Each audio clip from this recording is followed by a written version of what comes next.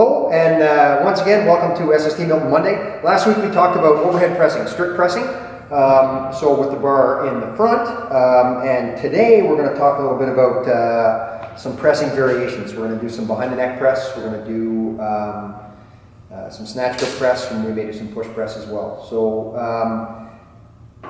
again, last week we talked about the strict press. Today we're going to talk about some behind the neck press. So we're going to go for behind the neck now. Yep.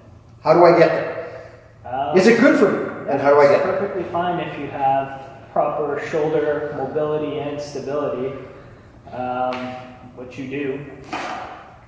We can usually assess shoulder mobility in people and stability when we do in our overhead squat pattern, even if it's with a dowel. If they don't have proper stability and mobility, we'll see a lot of this happening. They can't stabilize the shoulder in that locked out position when they're squatting, and we can see mobility issues if we're just doing a lift your hands over your head test.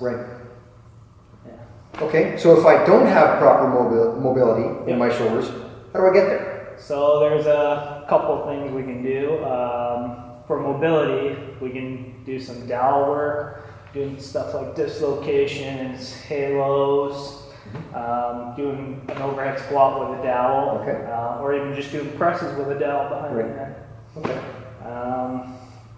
Other stuff we can do are like wall slides, so wally jewels, to kind of free up that thoracic spine, because sometimes that could lead T-spine is often an issue, lead to a blockage in your shoulders, or doing some T-spine extensions on a roller, or some T-spine rotation work as well. So I hear a lot of guys say, oh, I was doing press behind the neck and it hurts my shoulder, and now I need surgery, I got a torn labrum, whatever. True? Not true? What's your feeling on it?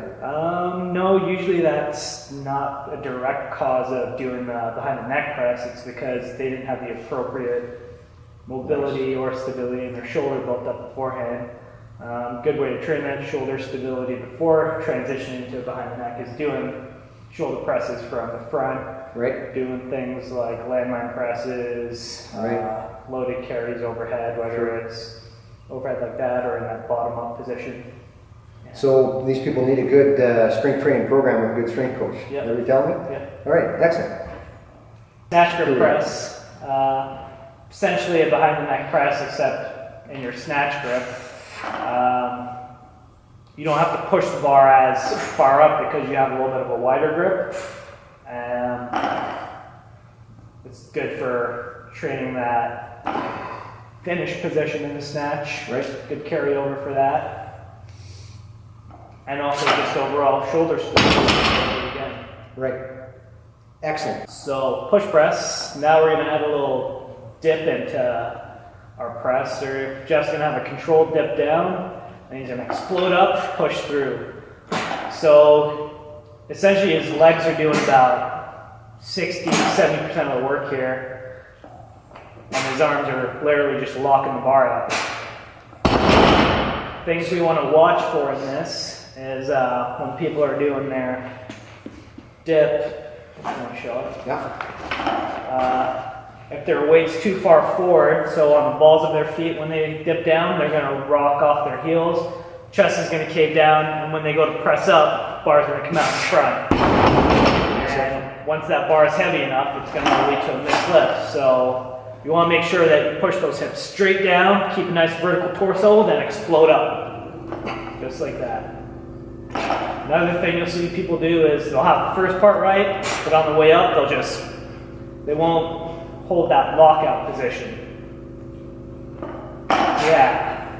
That's more of a push drive than an actual push press. The last 2 weeks we've learned strict overhead press. We have learned behind the neck press. We have learned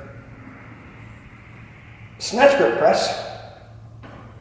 And we have learned about push press. What's next week, Pete? So next week we're going to talk about, I guess you could call it the Olympic weightlifting version of the press, the jerk. So we'll talk about split jerk pressing and how we transition from that to actually dealing with 3 different types of jerks involved with Olympic weightlifting. Fantastic. Yeah. See you next week.